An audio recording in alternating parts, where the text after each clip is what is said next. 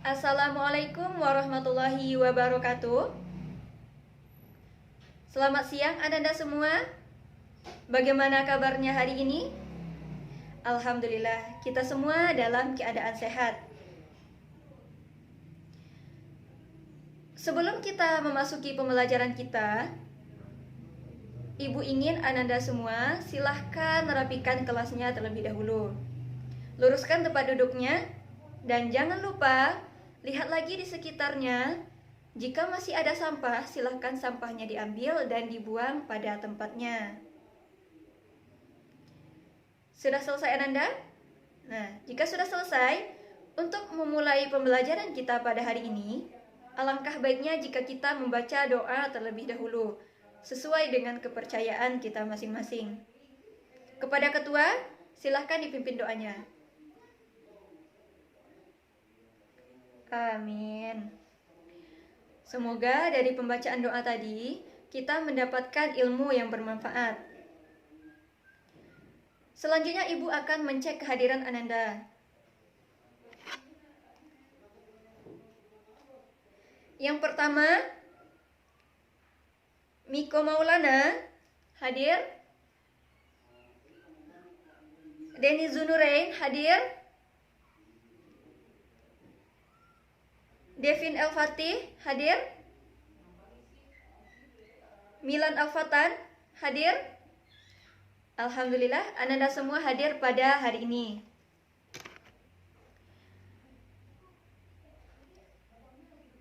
Baiklah, langsung saja kita mulai pembelajaran kita. Apakah Ananda sudah siap untuk belajar? Nah, jika sudah siap, silahkan Ananda keluarkan bukunya. Untuk buku-buku yang tidak berhubungan dengan fisika, yang tidak berhubungan dengan pembelajaran kita pada hari ini, silahkan Ananda simpan terlebih dahulu. Sekarang sudah bisa fokus? Nah, baiklah kita masuki pembelajaran kita. Coba Ananda ingat-ingat lagi. Beberapa minggu lalu, kita sudah belajar mengenai suhu, pemuaian, dan kalor. Suatu sistem bisa mengalami peningkatan suhu ataupun penurunan suhu. Nah, coba siapa yang bisa menjelaskan lagi kapan suatu sistem dikatakan mengalami peningkatan suhu? Nah, kepada Miko silahkan.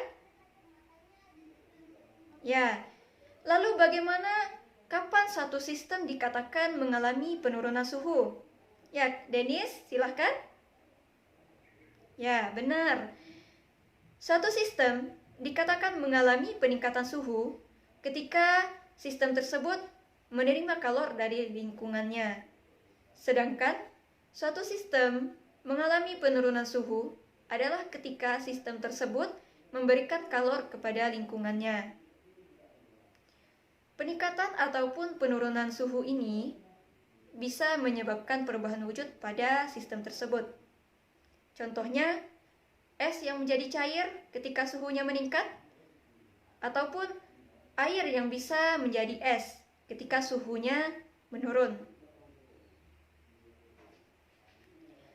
Materi suhu, pemuaian, dan kalor ini berhubungan dengan materi kita pada hari ini, yaitu pemanasan global, khususnya mengenai gejala pemanasan global.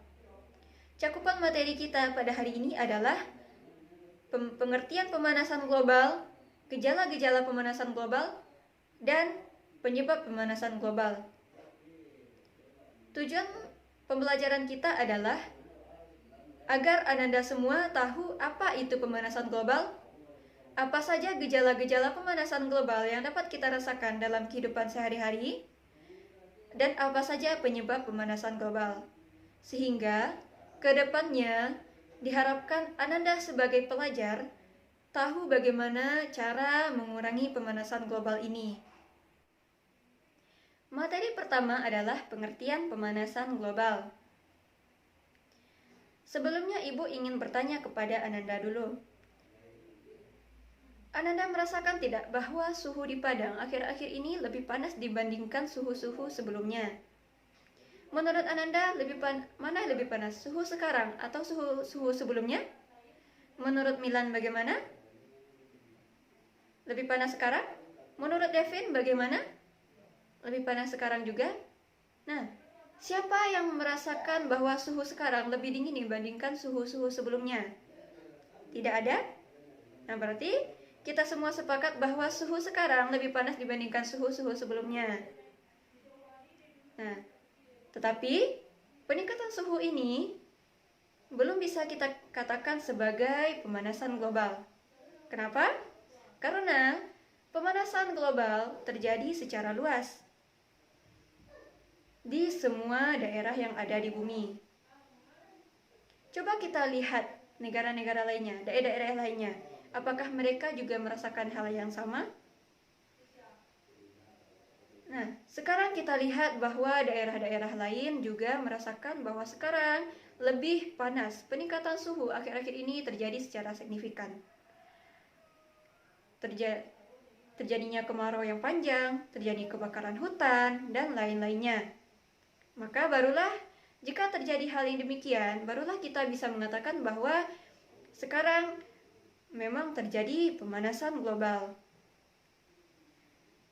Nah, pada pemanasan global ini adanya peningkatan suhu.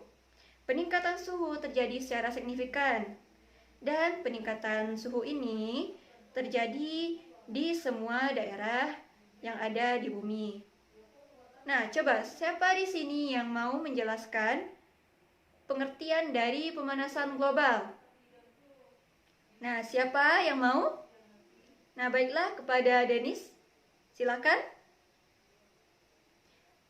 Ya, menurut yang lain, pengertian pemanasan global bagaimana? Ya, benar. Yang Ananda jawab tadi, pengertian pemanasan global yang Ananda sebutkan tadi sudah benar. Pemanasan global adalah peningkatan suhu rata-rata di permukaan bumi, atmosfer, lautan, dan di daratan bumi. Materi selanjutnya, gejala pemanasan global. Peningkatan suhu yang kita rasakan tadi merupakan salah satu dari gejala pemanasan global. Lalu, apa saja gejala-gejala pemanasan global lainnya yang dapat kita rasakan? Nah, masih banyak gejala-gejala lainnya. Nah, Ibu ingin masing-masing Ananda coba sebutkan minimal satu gejala pemanasan global yang dapat Ananda rasakan secara langsung di sekitar Ananda. Nah, coba dimulai dari Miko Maulana. Coba Miko sebutkan apa gejala pemanasan global yang dapat Miko rasakan? Nah, kebakaran hutan secara besar-besaran.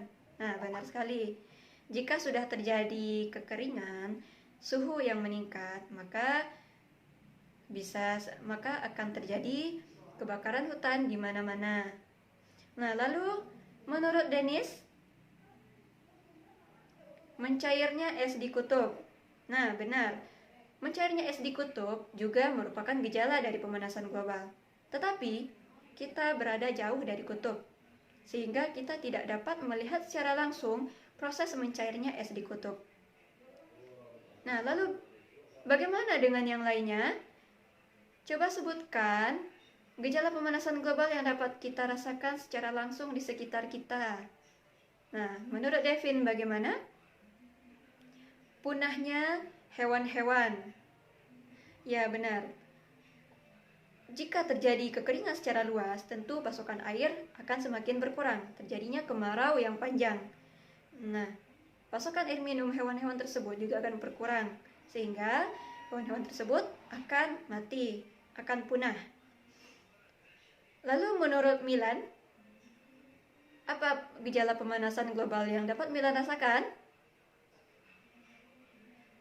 Ya, benar. Yaitu perubahan iklim secara ekstrim. Nah, semua gejala pemanasan global yang Anda sebutkan tadi sudah benar. Dan masih banyak lagi gejala pemanasan global lainnya. Contohnya adalah rusaknya benda-benda purbakala, kemudian maraknya penyakit-penyakit kulit, terutama penyakit alergi. Materi ketiga adalah penyebab pemanasan global. Pemanasan global bisa disebabkan oleh banyak hal. Namun, penyebab utama dari pemanasan global ini adalah efek rumah kaca. Apa itu efek rumah kaca? Rumah kaca diidentikan sebagai suatu bangunan yang didesain menyerupai sebuah rumah yang dinding, alas, dan atapnya terbuat dari kaca. Rumah kaca ini memang didesain untuk meningkatkan suhu di dalam rumah tersebut. Rumah kaca ini cocok digunakan pada daerah yang dingin. Tetapi di lain sisi, rumah kaca ini juga memiliki dampak negatif. Perhatikan slide yang Ibu tampilkan. Matahari memiliki energi panas.